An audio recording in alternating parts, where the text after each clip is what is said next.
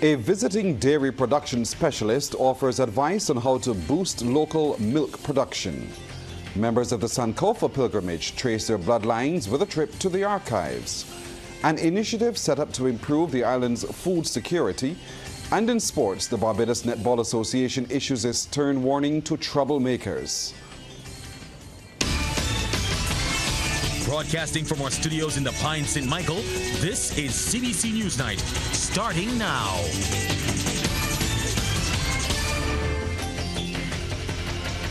Good evening, I'm Pearson Bowen. The Barbados Light and Power has been granted permission to recover some of the cost of investing in battery storage from customers. However, householders will have to wait a while longer to find out if and by how much their electricity bills will increase by over the next 3 years. The Fair Trading Commission's decision on the power company's request for a clean energy transition rider was issued on Monday, approximately 7 months after the application was filed. BL&P officials said the importation of batteries and other equipment was needed to stabilize the country's power supply, given the growing number of renewable energy systems connected to the grid. If successful, householders would have seen their monthly bills increase by $41 over a 3-year period. But while the BL&P was seeking approval to recover the cost of investing in 90 megawatts of battery energy storage systems, the FTC has only approved 15 megawatts. The remaining 75 megawatts and synchronous condensers were not approved. The Barbados Light and Power Company has expressed some disappointment with the decision. Managing Director Roger Blackman has, however, acknowledged it as a step forward in the journey towards sustainable energy solutions for Barbados. We are, however, disappointed at the approved 15 megawatt battery storage capacity, which represents just 1/6 of the 90 megawatts which we applied for, and therefore creates some further challenge in the company's ability to sufficiently expand grid capacity in a way that meets Barbados's existing and anticipated renewable energy needs. Understanding the critical role of battery storage in advancing renewable energy, we are carefully analyzing the implications of the FTC's decision. And once that assessment is complete, we will expand on how the decision fully impacts Light and Power's plans for the electricity grid. Well, this application is separate from the power company's request for a rate review, which is still awaiting a final decision after several hearings. Dairy farmers continue to struggle financially to meet milk production demands. International veterinarian Dr. Esteban Paniagua is in Barbados to see how he can help. The Costa Rican dairy production specialist is doing a survey of dairy farms to understand their deficiencies and is making recommendations on how the operational efficiency of the farms can be improved. Lorna Jones reports. Costa Rican dairy production specialist Dr. Esteban Paniagua says there's an opportunity to improve the way cattle is being fed in Barbados. The veterinarian, who is on island doing a survey of dairy farms, says this is a necessary undertaking in order to increase production. Dr. Paniagua was speaking during a tour of Ashford Dairy Farm, St. John. Here we have an opportunity to improve the way we are feeding the cattle, okay? And that's maybe because the dry season there is no enough grass, and the grass is a very important thing to feed the cattle. Also the feed, the concentrate, but the grass is a very important thing to the cattle. The specialist suggested the need to invest in specific equipment to produce silage and other alternatives for dairy farmers to feed their cattle during the dry seasons. Vice President of the Barbados Beef and Dairy Association and owner of Ashford Dairy Farm, Brian Allen, agreed that farmers scratched their heads to find feed for cattle during the dry season. And he welcomed government's rebate on purchased hay. There are farmers in Barbados that just grow hay specifically and grow silage as well. They wrap the wrong bales and make silage. So we have a rebate on that, which we're hoping will be in place soon. We've been assured by the Ministry of Agriculture that it's in place. So we're just hoping that it'll be timely so we can get the grass for the cows during this dry season. Also, there's a 60% rebate in the new budget for haymaking or silage equipment. That is would be tremendous help to the farmers for retooling. Chief Executive Officer of the Barbados Agricultural Society, James Paul, is stressing the importance of farmers receiving the benefits from government urgently. The truth is really that right now our milk production is around about 3 million kilograms. We would like to actually get it back up to the days when it's around 6 million kilograms and up. But this is not going to happen unless we make the necessary investment in capital and equipment that is required at the moment. As we mentioned just now, we are in the process now of actually bringing in, within another few months, 214 in-calf heifers. Okay, we are looking after that to actually amplify that by looking at the whole question of looking for other cattle to bring in to up the production. But we cannot do it unless, of course, that you have ample facilities. Pinnacle Feeds is responsible for the dairy specialists being here, as it plays a pivotal role in helping to improve the industry. Lorna Jones, CBC News. Government is seeking to get Barbadians to help improve the country's food security and beautify their properties. The Ministry of Environment and National Beautification has launched a parish home garden competition. Minister of Environment and National Beautification, Adrian Ford, said the initiative is an opportunity for Barbadians to beautify their country. We would have started years ago in terms of having a community beautification competition. And what we are saying to Barbadians, we are giving you the ability to have a tangible stake. Because at the end of this competition, there is going to be a prize-giving ceremony where you will be able to get something in the coffers. But along with that, and most important for us as a government, is the intangible stake. That is our ability to sequester that which you cannot feel, touch, and have a sense of physical appearance. Coordinator of the tree planting project team, Dewin Phillips, says the inter-parish competition is slated to run between May the 10th and 23rd. Mr. Phillips says the winners from each parish will receive a prize of $1,500 for having the most beautiful home or residential garden. Those 11 will then be judged, and the prize money is $10,000. Where the first place would be $5,000, second place $3,000, third place $2,000.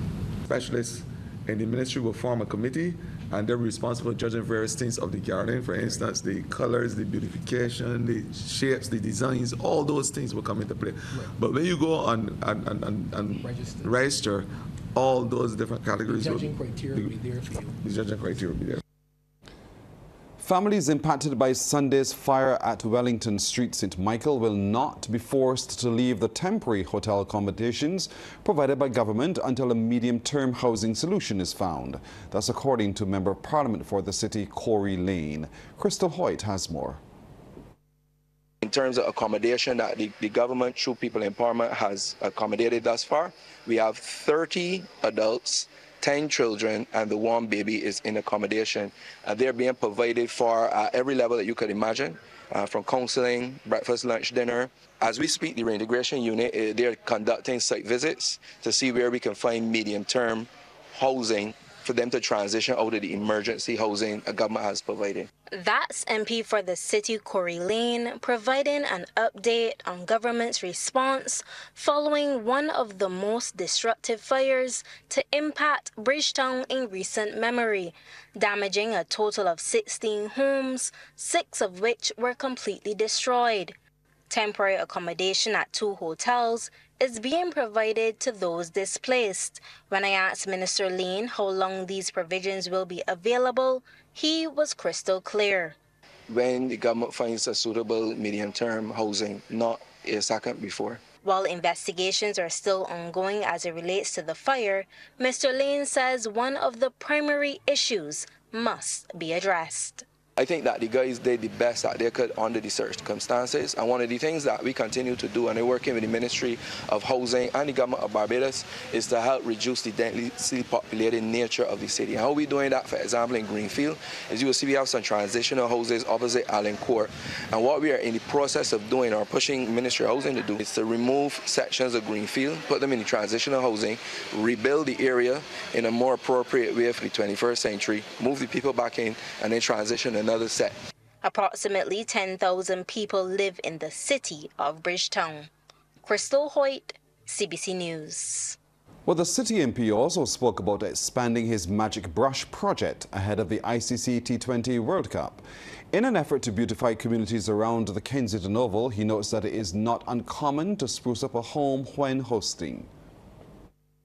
Team and I in the constituency and the community thought it necessary to hit the ground running and see what we can do as a community. So we reached out to the paint suppliers as a first step, and Sherwin and they came on board immediately, and we're happy today to be able to present the paint to the residents. We want to do the 50 houses closest to the Kensington Oval for this particular part of the launch. We've got 24 days left to work up, so the whole idea is to get this here done before the 1st of June. When questioned on if these projects and developments only occur when visitors are expected, Mr. Lane says it merely accelerates the projects. This is not only about tourists, this is really about locals, because they cannot take this paint with them off of the houses when they leave here on the 30th of June. This here remains, because the very good thing about it is that when World Cup is finished, none of these improvements, anything leaves on the plains with the people. We were always doing roadworks, we were always doing beautification, but these things actually help you to accelerate it at a pace that you normally would not be able to do. So I'm actually very glad for when these projects come and allow me as a representative to be able to supercharge and scale what it is I'm ordinarily able to do. Members of the visiting Sankofa pilgrimage traced their bloodlines today during a visit to the Department of Archives. But before they started that work, the contingent was treated to a cultural show and a variety of local arts, crafts and delicacies at the Archives Genealogy Market. Rachel Agard was there. She filed this report. The rhythmic beat of the drums and melody of the flutes welcomed the Sankofa pilgrimage group to the Department of Archives. And true to their ancestor spirits, many of the Liberians danced to the music of the Tuck Band at the Blackrock St. Michael offices. Minister in the Prime Minister's Office with responsibility for culture, Senator Dr. Chantal Monroe-Knight urges both Barbadians and Liberians to be guardians of their own story, lest history be repeated. I don't know if most of you recognize fundamentally that in this contemporary times, there is already efforts to reframe the narrative around slavery and its impact. Across the United States, there are already places in which they are rewriting textbooks, in which they are putting aside certain texts, in which they are creating a narrative that not only were slaves complicit, but that they benefited and were satisfied with slavery. The minister says this year's emancipation theme of reimagining the past, celebrating the future, is a way to tell their stories in their own words and no longer accept the single story of slavery told for centuries. For you, this is a journey, yes, about family names, but this is so much more than that. This is fundamentally about the reframing of our histories. Like I said, it is fundamentally about the healing. Senator Dr. Monroe-Knight adds, based on the analysis of activity in Africa, there will be a historic shift coming from that continent within the next 10 to 15 years.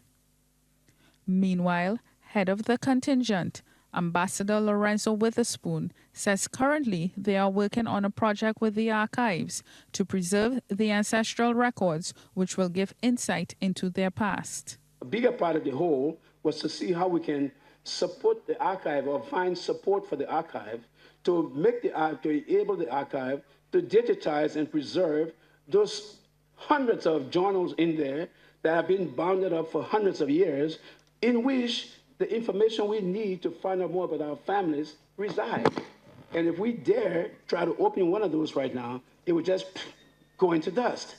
And so that's a parallel project we are working on. He also encourages both Barbadians and Liberians to embark upon the journey of genealogy, to share the stories of their ancestors through the many generations to come. Rachel Agard, CBC News. Rachel, thank you. Still to come, gastrointestinal illnesses are on the rise in Barbados. Health officials are reporting another increase in the cases of gastrointestinal illnesses on the island. The uptick in cases in people older than 5 years old moved from 27 in the week prior to April 27th to 34 cases at the end of that week. Previously, there were only 11 cases. The alert level for this age group at this time of the year is less than 6.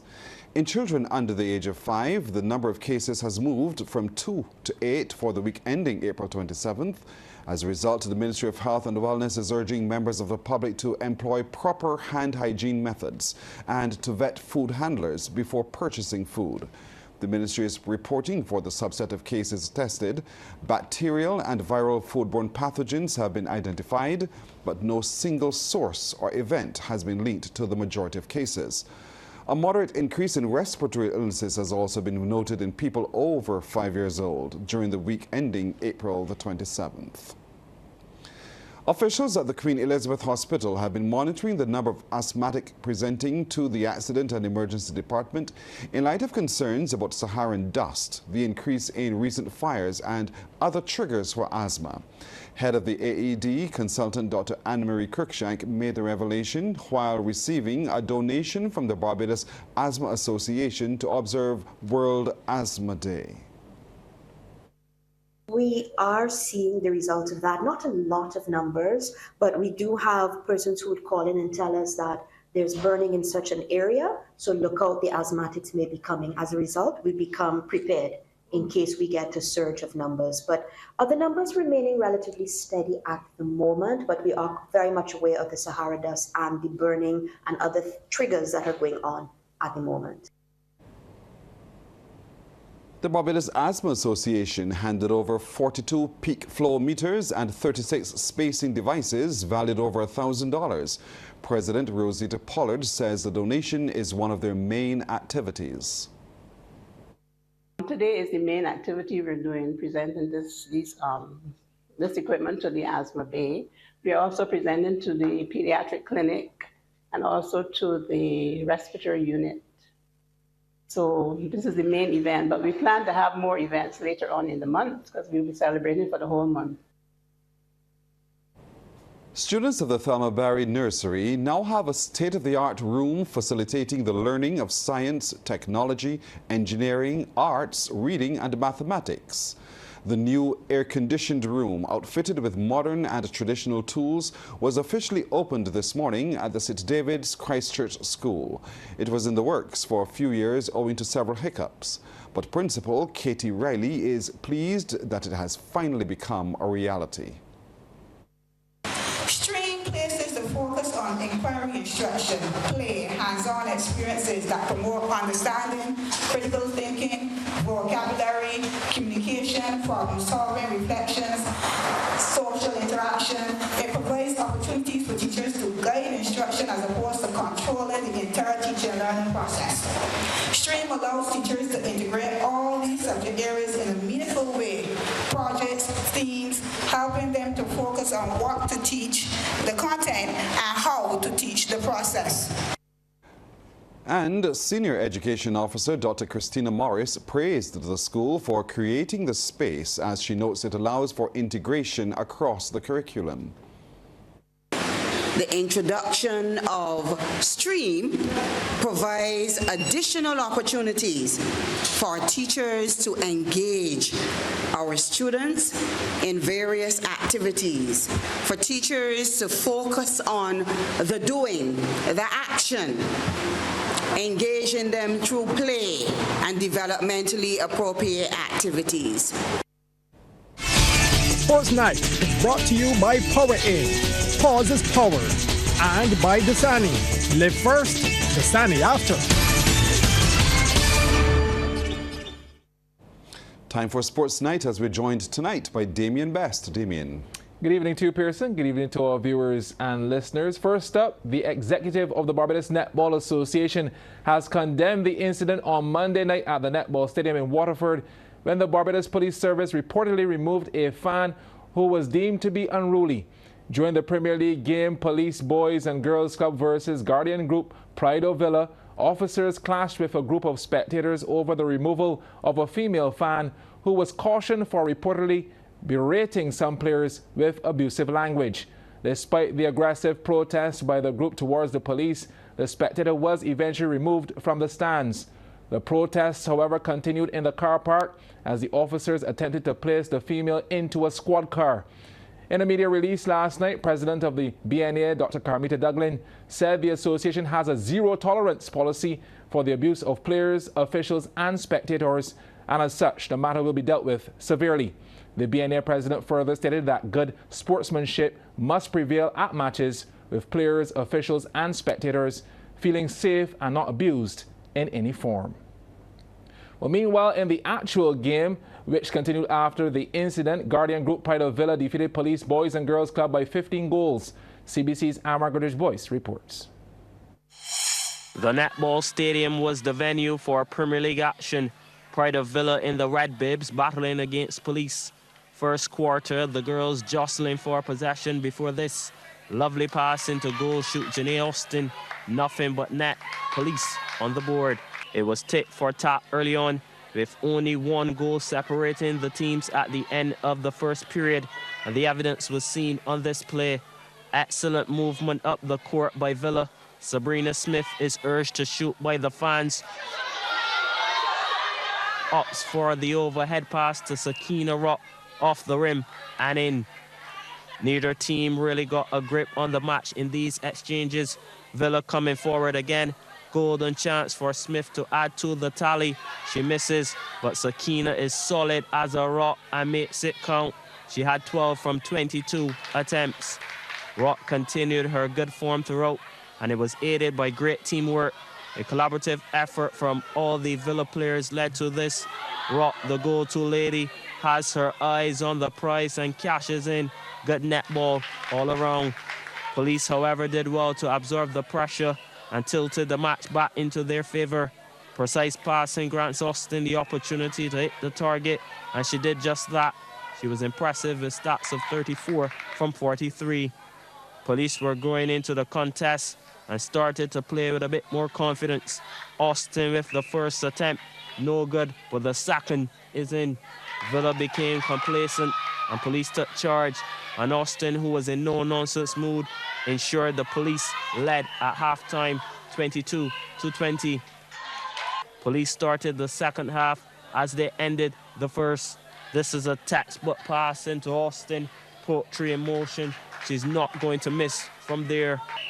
But things went downhill for Police after, as Villa utilized the versatile Latonia Blackman at goal shoot. A switch that paid big dividends. Blackman delivers.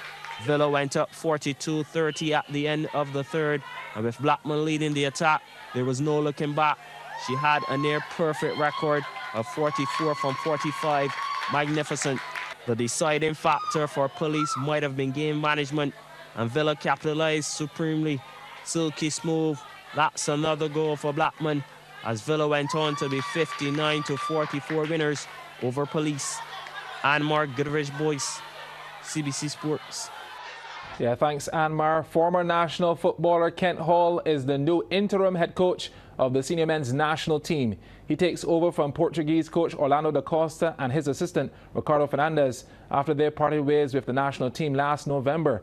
Hall's stint took effect from May 1st and will run until December 31st this year as the senior team prepares for the FIFA World Cup qualifiers and the CONCACAF Nations League. It's certainly been a job that I've been interested in for some time. I've always had a dream about having this position, but a little surprised at the timing of it. Nonetheless, I'm relishing the opportunity to be able to take the reins and see what we can do. You know, right now we haven't had the best results for our senior men's team in recent times, and I'm really hoping he can start to to change those fortunes. The Business Report is brought to you with the kind compliments of the National Insurance and Social Security Service. More than a contribution, it's your lifeline. In the Business Report tonight, opening new markets and forging partnerships are the core values of an initiative of the Barbados Chamber of Commerce and Industry. Senior Vice President Paul Innes made the disclosure to the Business Report ahead of a reciprocal visit to Panama next month. He said the Chamber is actively looking at new markets to boost trade. Trevor Thorpe reports. The Barbados Chamber of Commerce and Industry is actually engaging a number of regional and international chambers of commerce, as well as partnering with organizations such as the Inter-American Development Bank and Invest Barbados to provide member businesses with an opportunity to acquire support for private capital, as well as empowering small and medium enterprises. The BCCI Senior Vice President Paul Innes says they recently partnered with IDB Invest and work has started with key private sector players to discuss climate resilience and economic growth. This event basically fostered valuable networking opportunities for our businesses as they seek to expand their reach within new markets. One of the other areas we are leading on, we're working with government and government agencies to enter markets such as Atlantic Canada. We understand that this region is brimming with potential for partnerships and growth, and we think that we need to actually connect our Barbadian companies with Canadian counterparts. Mr. Innes says the response to the initiative has been positive. We recently co-hosted a Panama Day event in Barbados, and this basically featured business-to-business meetings and a networking session. This basically also facilitated connections between Barbadian businesses and Panamanian trade delegations. What we will do in June is we will actually organize a reciprocal Barbados trade mission to Panama, which will further enhance and strengthen the ties between the two countries. And the primary objective would be to facilitate mutual beneficial economic partnerships and collaboration between Barbadian businesses and Panamanian businesses. And to further strengthen the hands of the local business people in preparation for trade in the Latin American market, the Chamber has partnered with the Embassy of Venezuela in providing business courses in Spanish for members. Basically, the course will focus on developing both oral and written communication skills tailored for the diverse business context, like meetings, for example, emails and reports. And you know, the Spanish culture, LATAM culture is kind of different to ours as well. So we're going to delve into cultural nuances and business etiquette specifics to the Spanish-speaking region. The Senior Vice President says boosting trade and opening new markets are the driving force behind the initiative. Trevor Thorpe for the Business Report. We are back for the second half in sports with Damien Best. Thanks so much, Pearson. Well, players are gearing up to do battle in round 3 of the Henderson Lane Masters Drafts Tournament.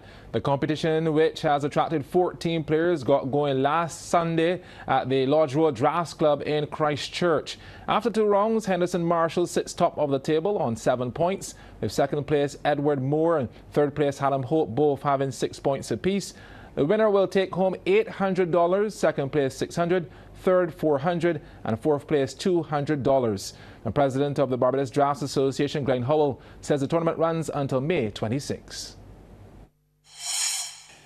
We'll be having 2 rounds each Sunday and 1 round being played on Thursdays during the week in a 10-round Swiss system. The format of the tournament is go as you please, and at the end of this event we're hoping to crown the very first Masters, Henderson Lane Masters champion. That's our time tonight. Thank you for spending it with us. I'm Pearson Bowen for the crew. To all of you, good night. By God's will, we'll see you tomorrow.